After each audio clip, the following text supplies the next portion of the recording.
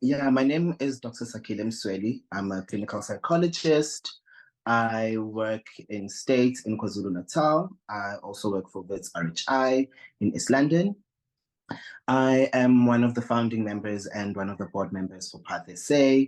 I'm also part of a group that is working on gender and sexuality guidelines for SISA, for the gender and sexuality subgroup there. So today we am going to be running a panel discussion with two of my invited guests. But before I do that, I need to acknowledge that we've had to sort of rethink how we were going to do this, because initially we had speakers that, due to really unfortunate circumstances, could no longer be with us today. But I think the speakers that we were finally able to invite, it's weird because the universe finds its own way of sorting things out. And I do think it's people that are going to bring such good and rich critical conversations around language today. So I will introduce my speakers and I'll turn back my camera.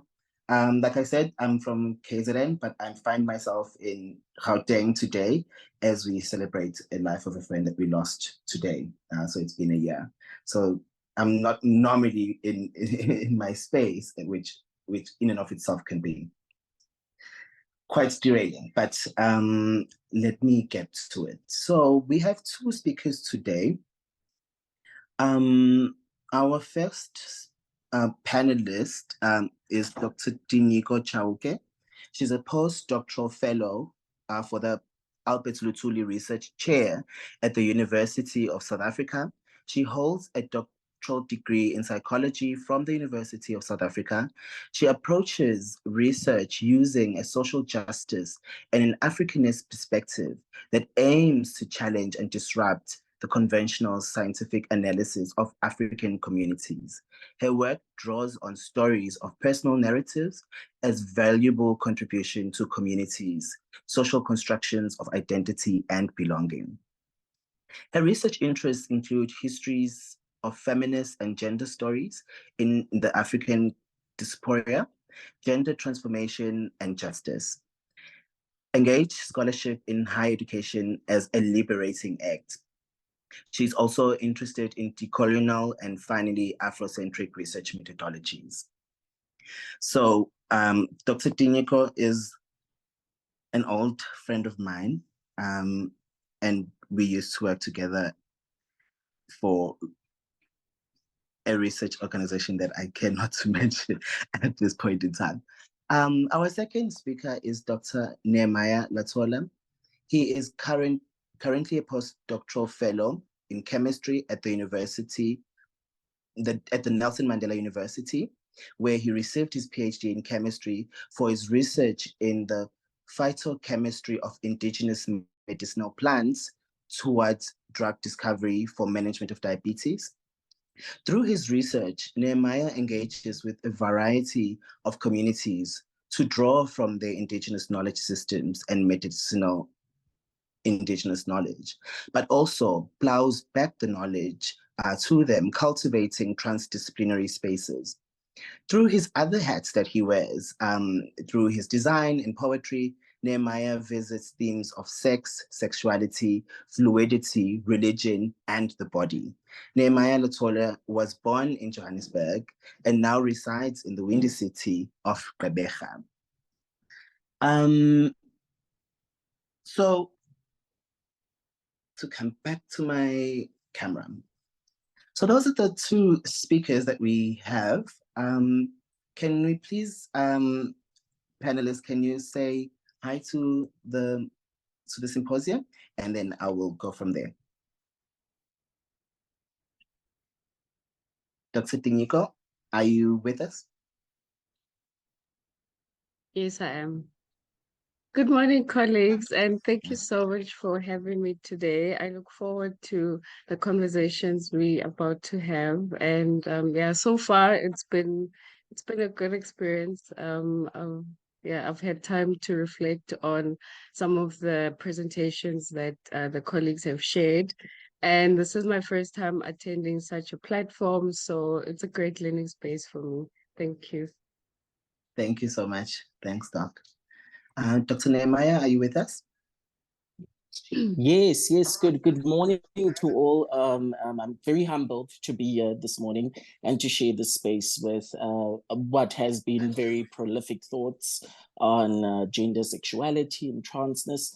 And so I am very happy to be here and honored to engage. I am outside of my depth, outside of my field of provision, but I trust I'm with friends. I am with people I hold very dear, and I'm looking forward to very enriching conversations around language. Thank you.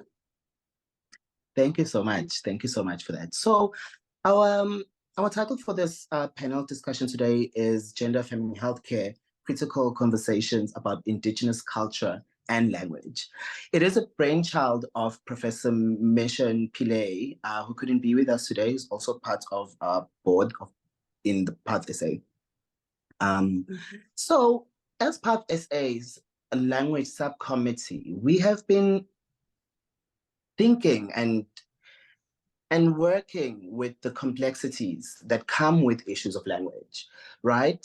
And over time, as we work around these issues, we realize that direct translation in and of itself is not necessarily going to give us, it's not necessarily going to lead to improved access to healthcare. Sorry, I think my bandwidth is low. Can I switch off my video just for a moment? Thank you. So as part of that, we have been working in translating some of our tools, such as the Trans 101, which we currently have in Afrikaans and isiZulu on our YouTube page. But we have sort of also identified a greater need of really taking caution when working with language, especially in the gender affirming healthcare space. Reason being, as we have said to this morning through rich conversations already that has been shared by the previous speakers, there is so many developments that are happening in the field of gender affirming healthcare. And of course, and yes, Chris, thanks. We also have our Trans 101 in English. There is so much that is happening in the field of gender affirming healthcare. And South Africa, I must say, is also quite at the forefront of the developments that are currently there. However, we are now looking at the space where we are saying, how then do we take the knowledge that we have and ensure that it's accessible to families, to communities, to the greater public, that they too, there is a meeting of the mind. Where we are currently, we see language as acknowledging existence. If there is a language around someone's existence, then that sort of indicates to us that they're there. Words are used as tools for meeting of minds. And so how then do we how do we translate the information? But also how do we access information that is already within Indigenous communities around transness? We come from a position where we don't want to assume that issues of queerness and transness, more specifically, were never there or dealt with traditionally within Indigenous communities. And yes, from our Western training and a Western perspective, like Dr. Madeleine was saying, there's been so many changes with the DSM-5, ICD-11, and the WHO Assembly 2019. We are making all of these advances, but we have not put in the same amount of rigor and attention to dealing with issues of language, especially living in a country like South Africa, where there's so much diversity and culture. And so because of that, we said, let us have this discussion, because we don't have the answers of how do we deal with the challenges that come when we're talking about language. For example, when we're talking about issues of pronouns, right? Where we know that in the majority of our Indigenous language, we don't have pronouns. people are sort of referred to as they and them, indigenously. And we use names to refer to people versus pronouns. But now, if we're going to be talking about pronouns, because pronouns are important, we live in an intersectional space now. We live in a world where there's connection between international spaces and local spaces. And so if we don't want to cause harm, such as misgendering and using the incorrect pronouns when we're engaging with clients, family members, friends who have trans experiences, we need to be able to have a language that acknowledges this and that can help us have this meeting of minds, that we are able to say, this is what we have found, but what are some of the experiences that within cultures already exist? And I suppose then that brings me to my next point of saying, if we're talking about definitions and discourses and narratives around people's experiences of who they are, then who do we go to for that understanding, for that knowledge? Who should be in the room to talk about issues of Indigenous language and access to Indigenous knowledges around transness, around gender, around sexuality? When we were working on translating the Trans 101 isiZulu, it dawned on me that it's so difficult to define difference between gender, sex, sex presentation, gender presentation, all of these things, gender markers, all of these things become difficult to translate because we just don't have the language for it. And oftentimes the language that is used to refer to queer people can be seen as derogatory. And so it seems the language around gender affirming healthcare has remained stagnant when we're looking at Indigenous languages, because there's such rapid growth. When we're looking at English, yes, there's so much rapid growth around. We don't use these terms anymore. We can use these terms because of the political and philosophical and ideological interactions that we keep having in these kind of spaces.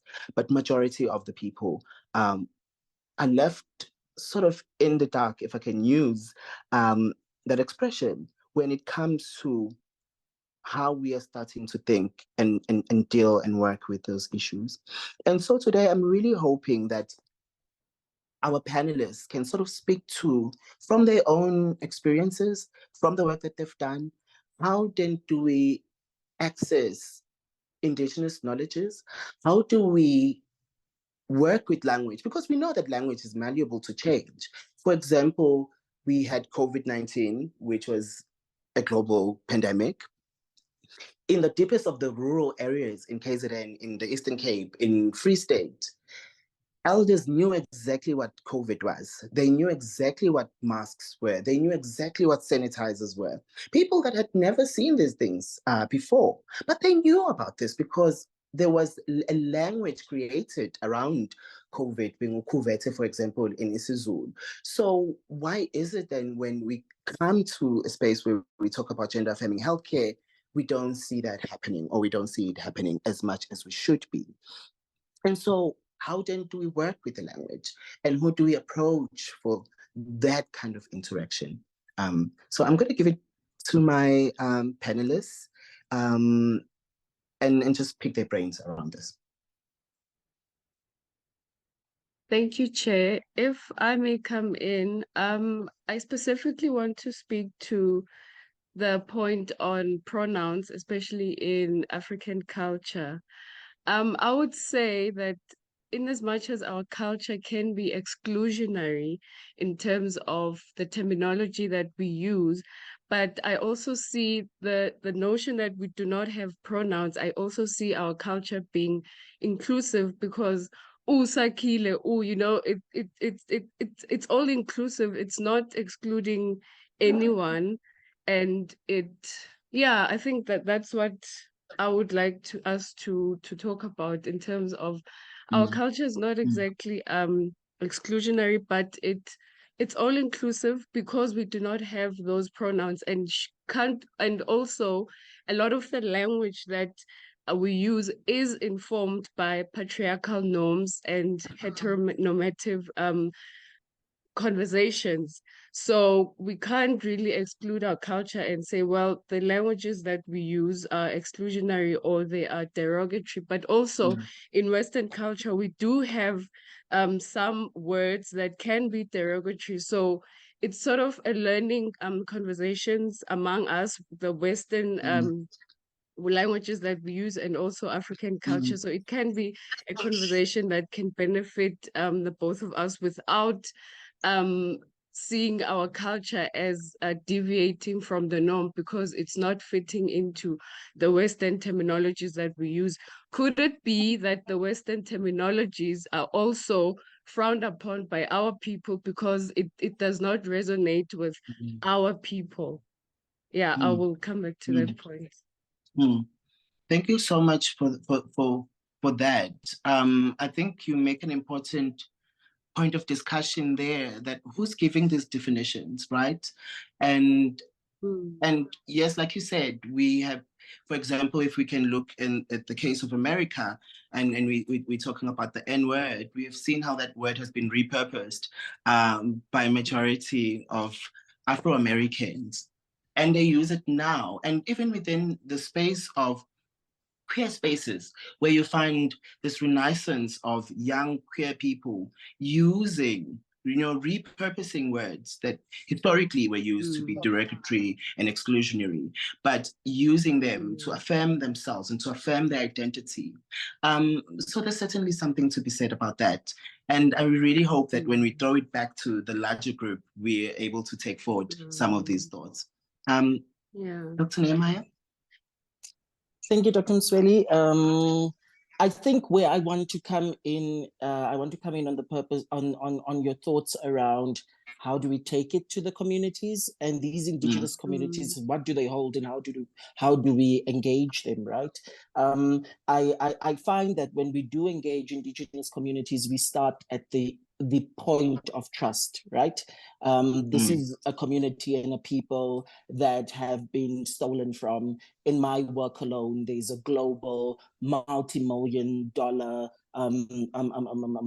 kind of work around rooibos, which was taken from the San peoples, in the Cape, the Cedarbug regions, and millions have come as of that. And yet those groups' lives have remained little. There's remained little change in their lives, And so I find when we do engage these groups, we start from a positionality of trust building. And I think when we look at that in terms of language, we realize that language is power, right? It is our social currency that grants us access towards the conversation. And I think you two raised some pertinent aspects that in this rapidly growing space, right? Because we also find that with this rapidly growing space of the development of social media, where we have these global corridors of conversation happening on a daily, where South Africans have to defend themselves, that the term colored is not derogatory.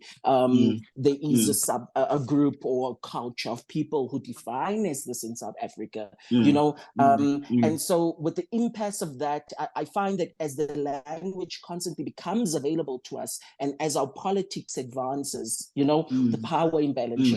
So also, how do we access then the Indigenous knowledge systems, which are so powerful within themselves, because they are years of practiced work and tradition and culture, and we know language is strongly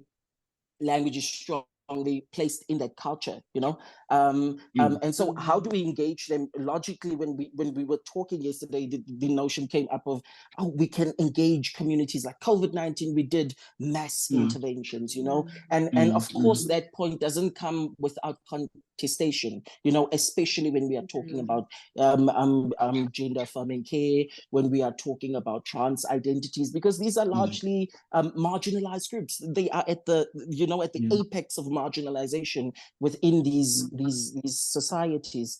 I do have more to speak about the public and the private space, but maybe I will add that later in the conversation. But I think that's what I wanted to add to what's percolating in the conversation. No, thank Thank you, you. Doc. Yeah. Oh, sorry, my apologies.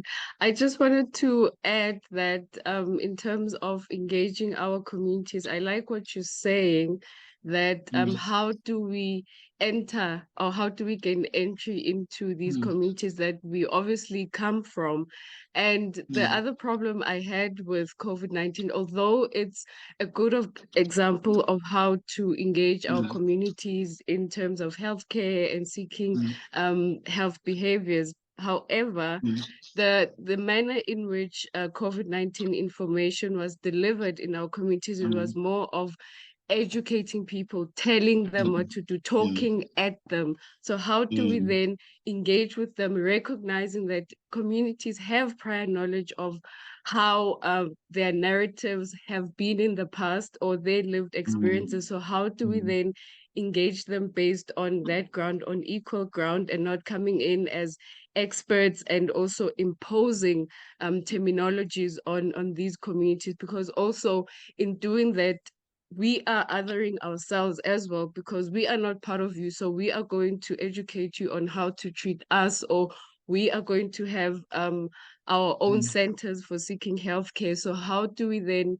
introduce or integrate all of those facets of mm, queerness or into our communities and make it our project, and rebuild. And as you said, Dr. Sakhile, that culture is constantly evolving. It is not stagnant. Previously, mm, the terms gay or lesbian were used quite often, but now we've changed to saying queerness or queer individuals. So also Western culture has also lagged behind. So we can't point at our culture and say, well, you've been mm, stagnant. So we are coming with mm, this mm, terminology to, mm, mm, educate you. So we both need to learn on the ways of how we do things. Yeah. mm, mm. Mm. Thank you so much for the points that the two of you are raising. And I like the the point that you're bringing, Dr. Tinyiko, that to say when we're speaking about gender affirming healthcare, we cannot do at any point. I think this is something that has been raised by multiple speakers this morning. We cannot use a one size fits all. We cannot use a top down approach, Mm, because when it comes to gender and when it comes to people's experiences of themselves, their lived experience is something that is paramount, right? Their lived experience is something that is going to really vehicle our understanding of who they are as a people within spaces and communities and mm, families. But even more so, mm, Ricky earlier on, our keynote speaker spoke about the ever so growing acronym of LGBTIQA plus acronym, mm, and how you see anti-trans movements and anti-queer movements saying the Rainbow Gang, the Letters Gang, as seeking to almost erase the existence, right? Because as the letters grow, it is our acknowledgement of the nuanced experiences that each of us within the spectrum experience ourselves, right? It is almost people saying, it is not enough what you've given us, or it is not enough what exists out there. There is something new, and I want to contribute my existence, and I want my existence to be captured somewhere, to be acknowledged, to be seen. And I think mm, that speaks again very directly to the issue of power. I mean, we're talking about indigenous languages, but we're using English as a form of language, mm, where we have 11 other languages now, sign language, being added there. So, I mean, already there needs to be this shift, right? Because even within our own spaces of interaction, there's an understanding that there's certain things where we find barriers to access of expression, where I may not be able to express myself in certain ways if I'm using a certain language. But to move away from that, I mean, when we're talking gender affirming healthcare, there's so many layers, there's so many tiers to it. And I think Madeleine spoke to it, other presenters, Jude spoke to it. We're talking about hormone therapy, we're talking about social transitioning, we're talking about so many things, technical things, where if there is going to be a meeting of minds, if I'm going to go to a family and doing a family intervention, and because of things such as, like Denise was saying, am I working in a rural space? Am I working in a metro? Because if I'm working in a rural space and I'm within a school, and there's a gender non-binary, there's a trans student in the school, and now you have to go and do an intervention, and it's a rural context, you have to explain and psychoeducate, right? We keep saying psychoeducate, but how do you psychoeducate someone in a language that they don't understand? And this is why, again, if there's going to be a meeting of the mind, we need to transform. We need to sit with this issue of language and the challenges that are there. And so if we say, and I keep saying we, but another issue then becomes, who is we? Who are we talking about? I mean, in our sort of panel discussion today, and like I said earlier on, I had a speaker who's a trans woman that we've worked really close with, who was unable to join us today because of her recent loss. But there's a sense of, we talk about gender affirming healthcare, we talk about trans folk, we talk about gender queer folk.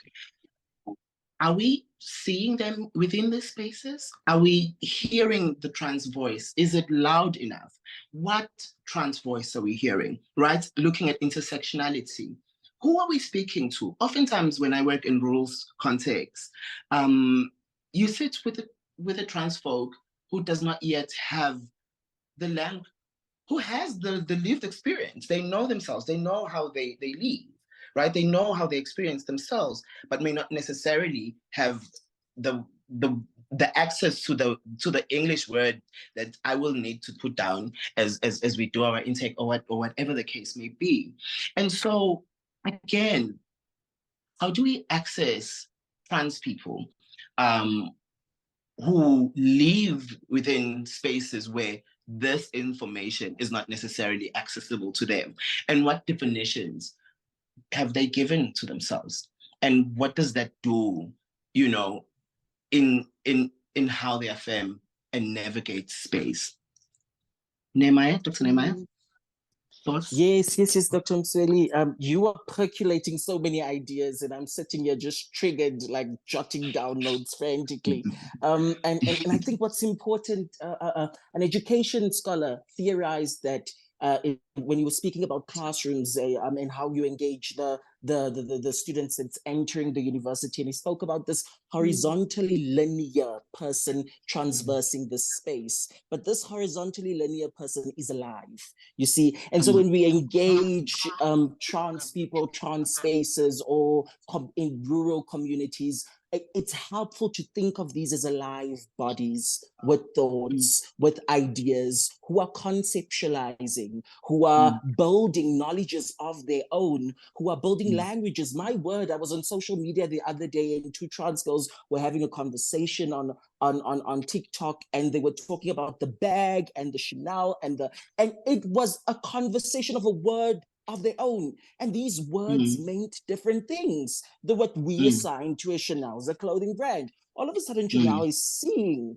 the bag is referred to a male, and and all of these things that are percolating. So this horizontally transversing individual is also making meaning. And so when we think about these languages, it's important that they are present in those spaces to meaning make. And I know that may be more so pertinent in the healthcare space.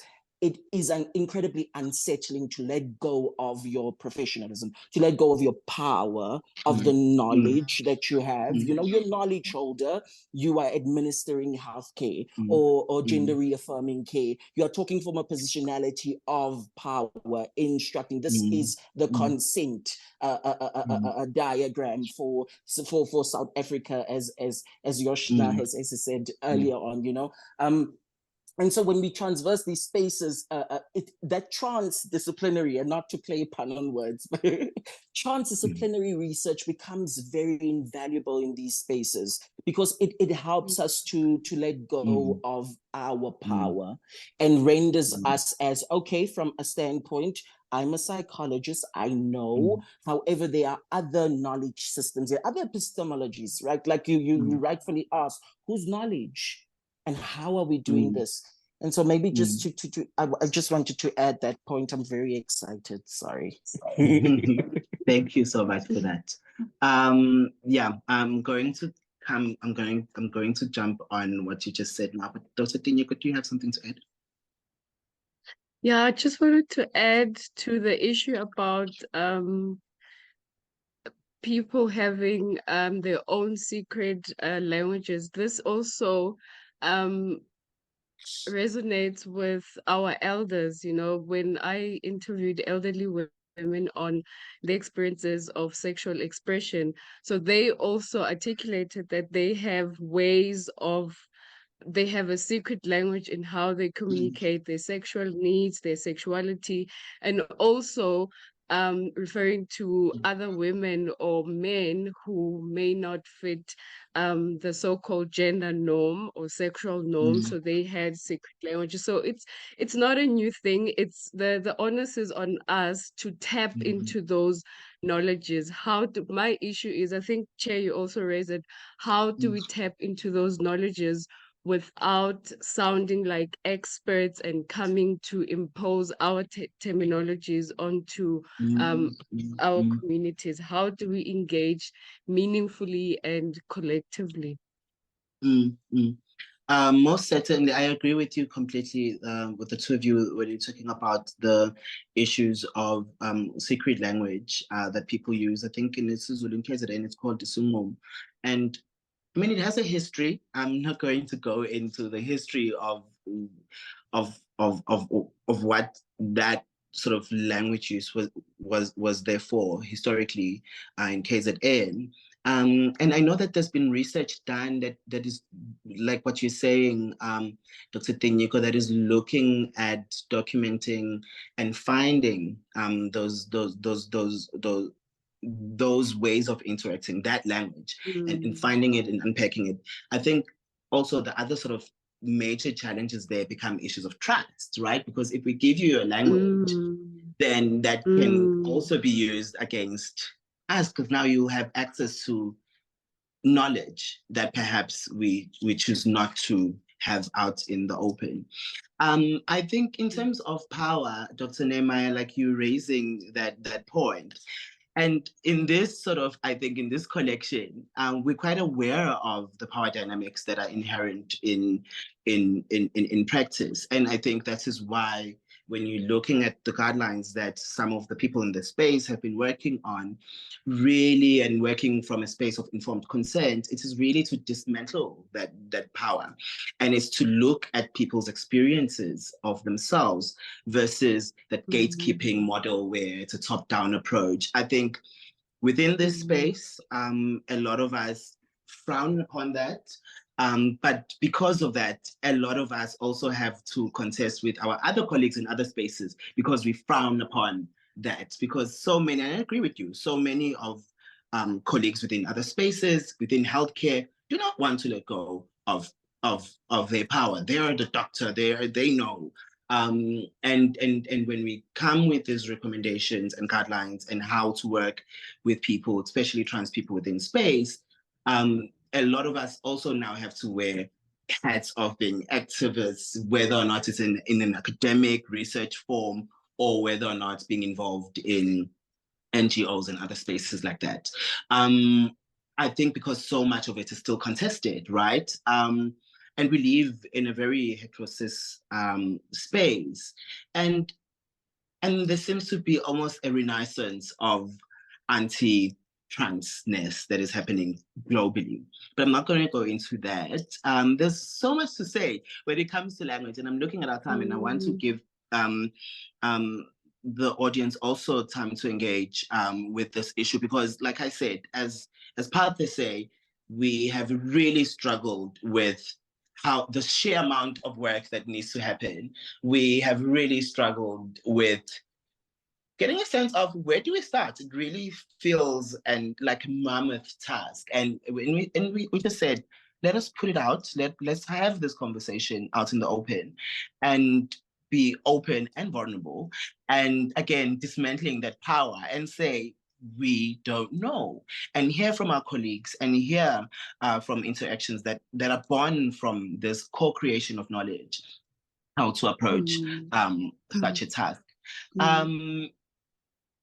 Yes. So, looking at time, is there any burning last comments from your side? Maybe Dr. Nehemiah, I'll start with you, and then I'll go to Dr. Tinyiko, and then we can open up for 10 minutes, 8 minutes discussion. No. I think this was such a rich conversation to have. And thank you again for having me. In closing, I think really what we're also going to have to consider when engaging particularly Indigenous or rural communities with language is the taboo or the stigma around words, right? Where the Indigenous space or the rural space uses IKS or the Indigenous knowledge systems to transverse the public and the private space, right? So there are things that we all full well know in the community, but no one talks about it because it is frowned upon, right? To talk about someone's private private condition in the public sphere, you know? So maybe there are some considerations there. This has been a very percolating, wonderful conversation. Those are my closing comments. Thank you. Thank you so much. Dr. Tinyiko? Thank you, Chair. My last comment, as we were conversating, I sort of reflected back on our question when we began our discussion on where do we start? How do we engage our communities? And I will go back to the phrase we spoke about, the secret language. I think it's also in that secret language that individuals that have been othered gain a sense of belonging, because this is our thing, this is our language. So how do we then translate that into a bigger platform, make it a collective community effort? Let us all have our own language of expressing ourselves, or of naming, labeling, and identifying ourselves or individuals. And my second point is that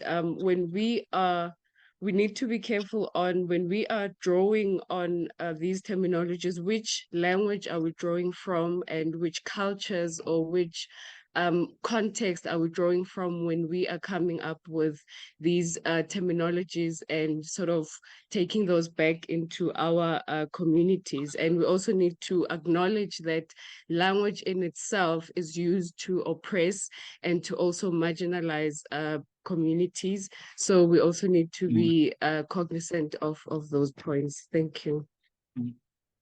Thank you so much, panelists, for this engagement.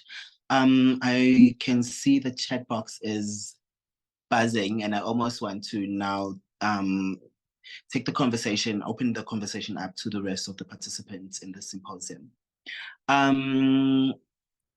Is there anyone thanks, Robin. Robin has just shared. Robin, do you want to maybe just speak to the thesis that you just shared very quickly? I think Sorry for throwing you under the bus. There have been quite a few theses out there on Gale, and a couple of social media characters. I think Nathan Kennedy also takes to the road, does tours showcasing Gale. And it's also interesting how the language has evolved over time. I learned it in the 90s, so I speak ancient Gale. And it changes all the time, and from region to region, where the same words take different meanings. Yeah, it's a very lovely, colorful expression. Thank you for sharing that resource. I hope we are able to also upload it in our website under our resource lists. I think that would be very impressive, and I think people will certainly benefit from that. And as we continue having these conversations, I think having that resource list with these kind of resources will really help us moving forward. Is there anyone who would like to put their hands up? Pierre, I have my hand. see your hand. So, yes, I can see. Sorry, I'm on my phone, so I have to figure it out. that's okay. Can I go ahead? Yes, please. Thank you for such a lovely, rich conversation. I want to add even more complexity to it, perhaps, and think about how queer people have sometimes been forced to perform a particular kind of entity, so identity or linguistic politics to access care. So obviously, for example, in relation to trans people, maybe perform a certain kind of gender dysphoria to meet the criteria for entry into care. But I'm also thinking of in HIV work, how the term MSM arose to describe practice of men who have sex with men who may not identify as being gay, for example. And what emerged, I think, was in the African context, men who would say, I am an MSM. Yeah. It became a linguistic term. And one could, on the one hand, regard that as an erasure of indigenous terms and identities and practices. But once it's adopted, it takes a life of its own and cannot be done in a way. So, and then I sort of linked to that, I want to segue into the idea of therapeutic citizenship. So it's an idea which arose also through HIV work, as people would achieve a kind of HIV literacy, which would give them an expertise, which allowed them to be patient experts around HIV and to connect with other people living with HIV across the continent and globally. So there was a kind of an international language of HIV identity and insider knowledge as a person living with HIV, which gave them into transnational conversations as well. So there's this interesting tension between transnational identities that can emerge, sitting alongside intranational conversations and identities and practices. Thank you so much for that contribution. Thank you so much. Yeah, what is there any much more I can add to that? I don't think so. Is there anyone else who would like to say something or engage with us on this issue, which we are really bogging down with? Cassie, I think I see a hand. Yes, thank you so much. I've really been enjoying listening to the discussions. There was something that was said towards the end that really started sparking in my head about how we have these societal rules around what kind of information we don't speak about publicly. And it made me think about how this is a thing around dignity that is afforded to normative people. We don't go around talking about the sex that straight people are having. We don't go around talking about the genitals of cisgender people. But when it comes to people who have marginal identities or minority identities, suddenly our information that should be private is publicly discussed and publicly asked of us. What are your genitals? What kind of sex do you have? Like, how do you even have sex? Like all these things that don't get asked of people who have societal dignity. That stuff is assumed to exist for everybody, but it doesn't. As soon as you are different, your information almost feels like it is required publicly for your acceptance and understanding to be found. Thank you so much for that. Yeah, societal dignity. That's such a good concept. I think that I completely agree with you. There seems for marginalized communities that you always have to justify who you are to everyone. And even when you're there for something else, what walks in the room, even before you walk in your room, is your gender or your sexuality before your personhood. And I think just in closure, I think it's important that we acknowledge that, you know, language is important. And when we look at concepts such as transgiftedness, and we start speaking from a positive stance around issues of gender, of sexuality, there is almost a cognitive and a psychological and emotional shift that happens when we look at difference not as something that needs to be fixed, but something that needs to be celebrated for its own uniqueness, for its own being in space. And so, yeah, these are kind of conversations that we're going to have to continue having. Looking for one final hand before closing and handing over to Chris. And I don't seem to find a hand. I'm going to go to a chat and see what's happening there. Oh, okay. I know what's happened. No, thank you so much for allowing us to have this conversation in this space and the engagements thereafter that transpired. And I think this is just the beginning of us really just using this space to have this kind of conversations within safe space. We're going to continue engaging because this is really a brainchild that we want to take forward. So thank you so much. And thank you to my panelists. Thank you so much, Dr. Tinyiko. Thank you so much, Dr. Nehemiah. Thank you, And thanks Chair. to the symposium for having us. Thank you, Chair.